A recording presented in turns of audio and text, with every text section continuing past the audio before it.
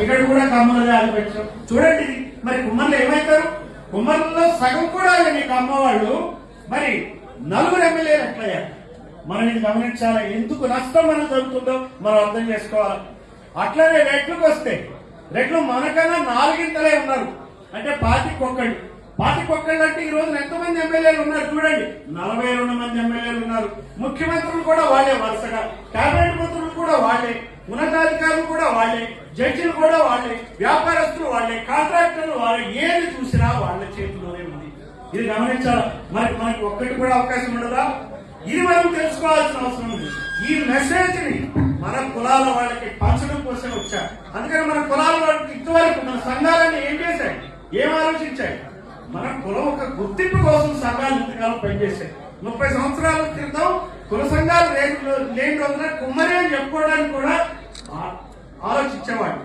సరే, ఇప్పుడు మనం శాలివాహనో ప్రజాపతినో ఏదో పేరు పెట్టి చెప్పుకోవచ్చు, కానీ చివరాఖరికి కులం మాత్రం కుమ్మరే.